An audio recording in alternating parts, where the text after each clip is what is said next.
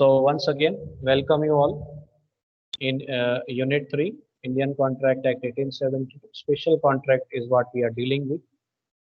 The name of the chapter is Indemnity and Guarantee Contract. Next topic is what we are going to cover is, they can straightforward ask you, write a note on various types of guarantee,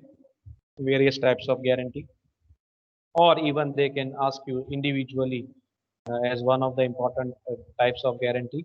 What is a continuing guarantee? Explained under which circumstances it can be cancelled, it can be revoked, it can lapse, it can be terminated, how it ends. So that can be asked to you by twist and turns. So what exactly, in what circumstances guarantee is given? What are the objects of guarantee? Guarantee कब दी जाती है sir, किस situation में guarantee दी जाती है वो समझना जरूरी है सर। गारंटी में normally be given for the repayment of डेब्ट। लोन के लिए गारंटी दी जा सकती है कि भाई मेरा फ्रेंड अगर लोन रेप भी नहीं करेगा तो मैं कर दूंगा। For the repayment of price of goods sold on credit, माल उधार बेचा हो तो उसकी रीपेमेंट ऑफ प्राइस के लिए गुड्स सोल्ड ऑन क्रेडिट की भी गारंटी हो सकती है कि मेरा फ्रेंड अगर पे नहीं करेगा मैं कर दूंगा, डेटर पे नहीं करेगा श्योरिटी पे कर देगा। ऑनेस्टी की भी बात हो सकती है, honesty of a person employed with a particular person, Fidelity contract कहते हैं इसे। तो फिडेलिटी बेसिस पे भी गारंटी कॉन्ट्रैक्ट हो सकते हैं। Mainly there are two types of contract. Number one is specific contract, number two is continuing guarantee. First we will try to understand what is specific guarantee. So when a guarantee is given in respect of a single debt or specific transaction and it comes to an end when the guaranteed debt is paid or the promise is duly performed, it is called a specific or simple guarantee. नाम जैसा है वैसा ही है, simple ही है sir. सिर्फ एक single transaction के लिए जो गारंटी दी जाती है और जैसे वो सिंगल ट्रांजैक्शन का अंत आता है, काम तमाम होता है, जो वादा किया है निभा दिया, जो लोन लिए रीपे कर दिए सर, तो जैसे ही सिंगल ट्रांजैक्शन कंप्लीट होता है सर, वहाँ कह सकते हैं कि सर ये सिंगल ट्रांजैक्शन के लिए जो गारंटी दी गई थी सर वो से हम इसी पर्टिकुलर ट्रांजैक्शन की बात करें सर, ये स्पेसिफिक ट्रांजैक्शन के लिए जो गारंटी दी गई है सर हम उसको स्पेसिफिक गारंटी कह सकते हैं या सिंपल गारंटी कह सकते हैं। एग्जाम्पल देख लेते हैं sir. Suman is a book seller who supplies a set of books to Pavan under the contract that if Pawan does not pay for the books, his friend Kapil would make the payment. This is a contract of specific guarantee. सुमन कौन है sir? तो मैंने bracket में सी लिखा है। C means चमन सिंह नहीं, C means creditor. D से कोई दाऊद नहीं सर, डी से सर होता है डेटर, जी से गारंटर। समझ में आ गया होगा। तो जब तक आप पार्टीज नहीं समझेंगे ना सर, आपको एग्जांपल समझ में नहीं आएगा। डेटर कौन है, क्रेडिटर कौन है, गारंटर कौन है, और इसी तरीके से डिटेल में लिखना है। दो दो लाइन में एग्जाम्पल लिखोगे ना सर, डिस्काउंट मिलेगा मार्क्स में। एग्जाम्पल्स अच्छे से फ्रेम करके लिखना है सर आपको।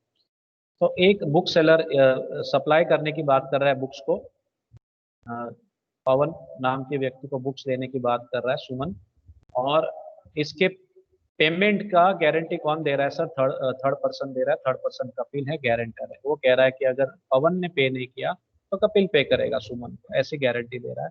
ये एक ही ट्रांजेक्शन की बात होगी, सेट्स ऑफ बुक्स, एक ही ट्रांजेक्शन की बात होगी।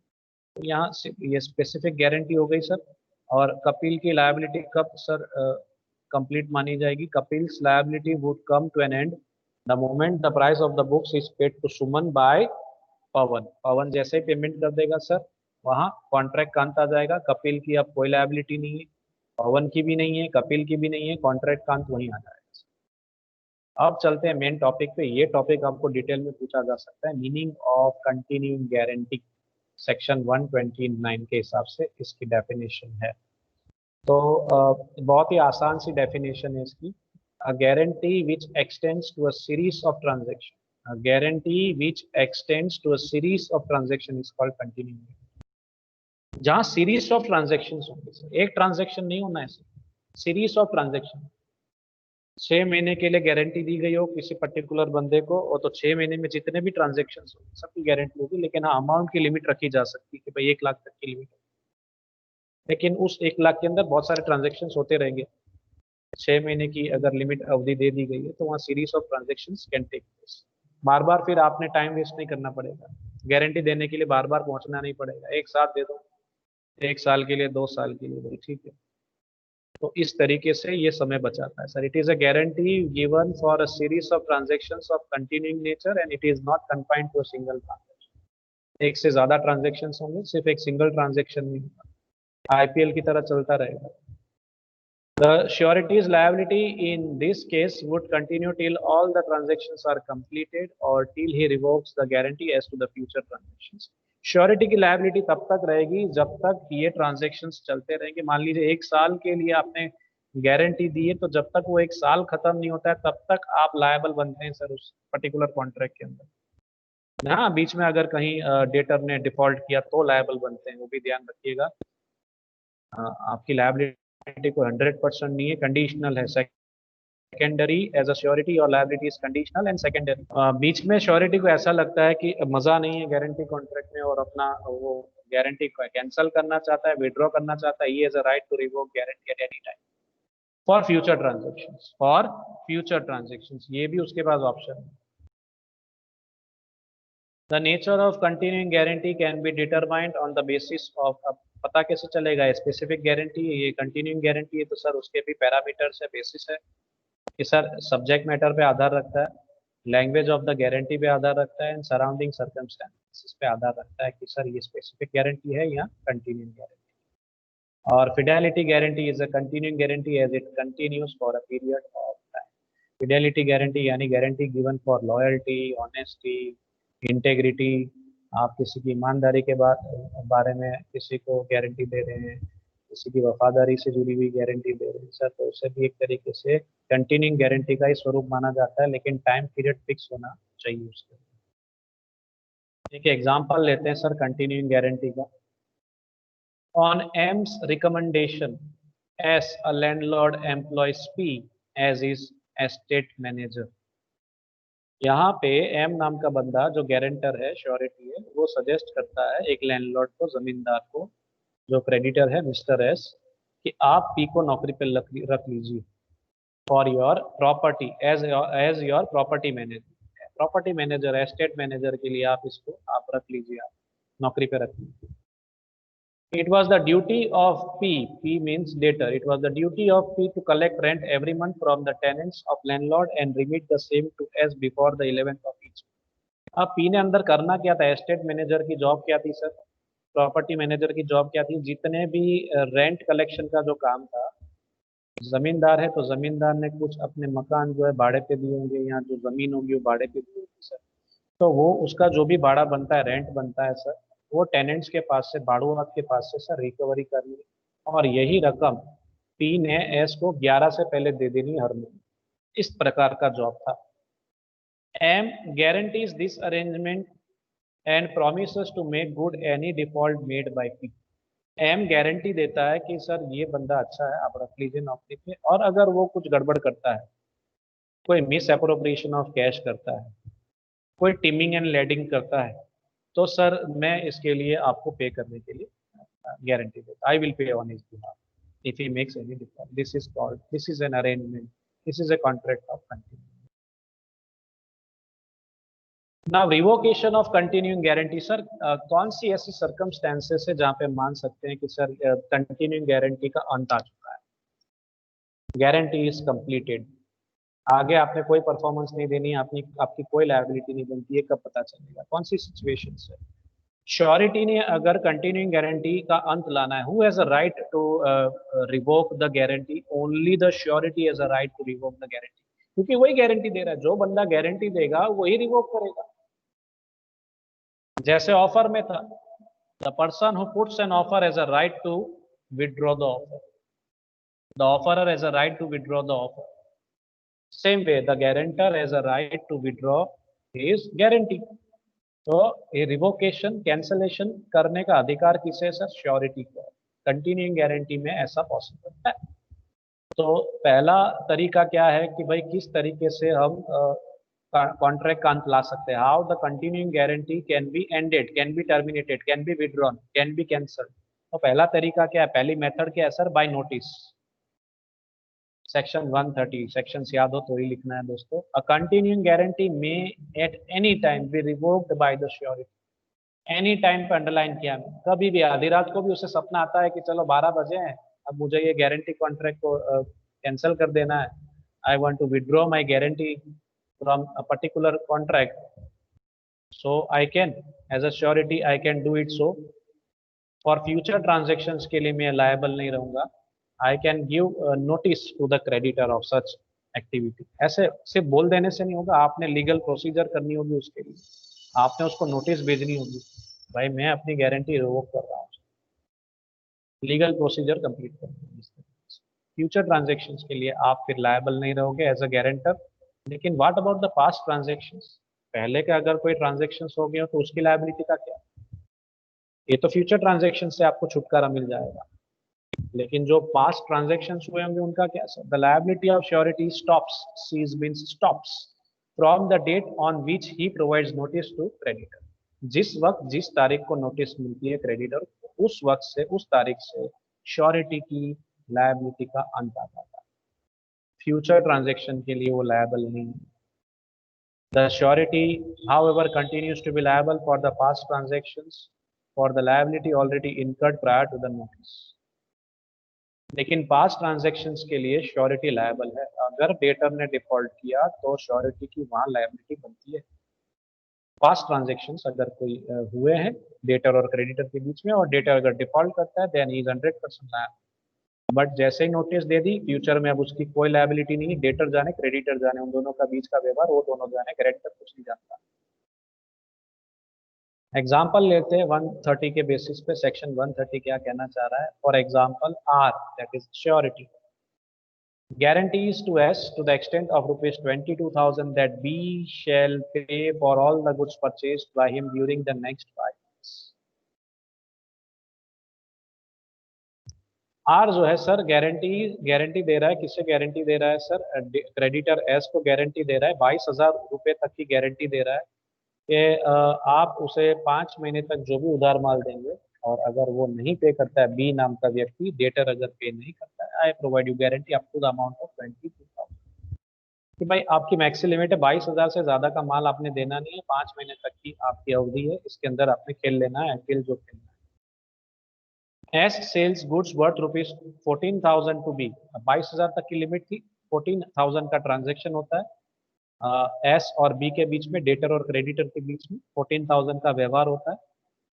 ये एक ट्रांजेक्शन हुआ है 5 महीने के बीच में, मान लीजिए 2 महीने बाद ये ट्रांजेक्शन हुआ है, और 2 महीने बाद अचानक से श्योरिटी को ऐसा सपना आता है कि वो कहता है कि भाई R gives a notice of revocation, वो अपनी जो गारंटी है वापस खींच रहा है।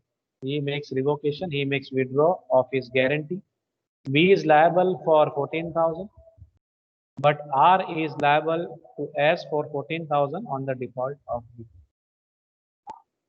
श्योरिटी ने नोटिस दे दी, मान लीजिए 2 महीने बाद नोटिस दे दी, तो 2 महीने बाद, 5 महीने की बात हुई थी, 2 महीने बाद नोटिस दे सकता है, उसका अधिकार है, जब चाहे तब, eight any time surety can provide notice. तो बाकी के 3 महीने की जो लायबिलिटी है, फ्यूचर लायबिलिटी, फ्यूचर ट्रांजेक्शन्स की कोई लायबिलिटी नहीं मिलती श्योरिटी की, वो उसको मुक्ति मिल जाती है, get discharge from the contract. Future transaction की उसकी कोई लायबिलिटी नहीं, जैसे ही नोटिस दी, get discharge from discharge of surety, some assignment. तो जैसे ही वो नोटिस दे देता है सर, फ्यूचर ट्रांजेक्शन में से डिस्चार्ज मिल जाता है। लेकिन पास्ट ट्रांजेक्शन में अगर कोई लायबिलिटी आउटस्टैंडिंग है, डेटर ने पे करने 14,000, ही इज लायबल, लेकिन डेटर नाम मिस्टर बी नाम का डेटर पे नहीं करता है, तो मिस्टर आर जो श्योरिटी है उसने 14,000 पे करनी ही पड़ेगी।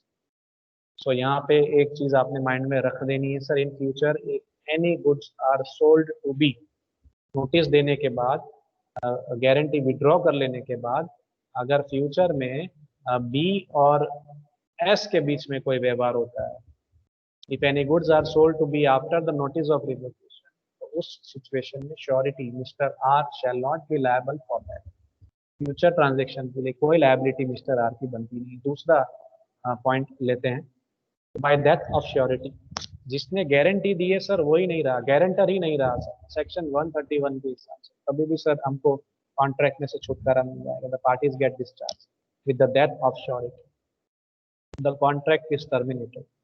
जिसने गारंटी दी थी सर, उसकी डेथ हो जाए, बात खत्म हो गई सर, वहीं पे वो कॉन्ट्रैक्ट का अंत आ जाए। Unless there is contract to the contrary, कोई आपने विरुद्ध करार नहीं किया हो तो ऐसा हो सकता है, लेकिन आपने कोई विरुद्ध करार कर दिया होगा तो ऐसा नहीं होगा, वापस वो कॉन्ट्रैक्ट चालू रहेगा। आपने कोई भी कॉन्ट्ररी कॉन्ट्रैक्ट नहीं करना है, ऑपोजिट कॉन्ट्रैक्ट नहीं करना है। अगर आप ऐसा करते हैं तो वो गारंटी चालू ही रहेगी, वो अंत नहीं, उसका अंत नहीं होगा। उसका अंत फिर लाना पड़ेगा। लाएंगे कैसे सर? जो लीगल रिप्रेजेंटेटिव है सर, वो सर इसका अंत ला सकते हैं by giving notice. Unless there is a contract to the contrary, the death of surety operates as a revocation of continuing guarantee in respect to future transactions. जैसे ही death हो जाए श्योरिटी की सर, वो कॉन्ट्रैक्ट का अंत आ गया, revocation हो जाएगा, continuing guarantee gets terminated for respect in respect of future transaction. यानी फ्यूचर ट्रांजेक्शन अगर डेटर क्रेडिटर के बीच में होते हैं तो surety is not liable. Future transaction surety होगा ही नहीं तो क्या, कहाँ से पे करेगा? उसकी तो डेथ हो गई। फ्यूचर ट्रांजैक्शन के लिए उसकी कोई लायबिलिटी नहीं बनती। लेकिन अगर श्योरिटी की डेथ हो गई लेकिन पास्ट ट्रांजैक्शन अगर हुए तो उसका क्या? कोई कॉन्ट्ररी कॉन्ट्रैक्ट हुआ हो तो उसका क्या?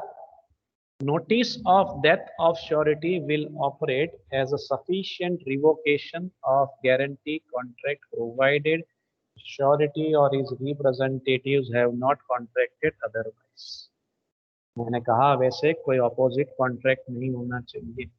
कॉन्ट्रैक्ट करते वक्त अगर ऐसा प्रोविजन डाल दिया गया हो कि श्योरिटी की डेथ हो जाए तो नोटिस देनी पड़ेगी, ऐसी अगर प्रोविजन की होगी तो जब तक आप नोटिस नहीं देंगे तब तक वो कंटिन्यूइंग गारंटी शुरू रहेगी, भले श्योरिटी की डेथ हो जाए, ऐसा माना जा सकता है।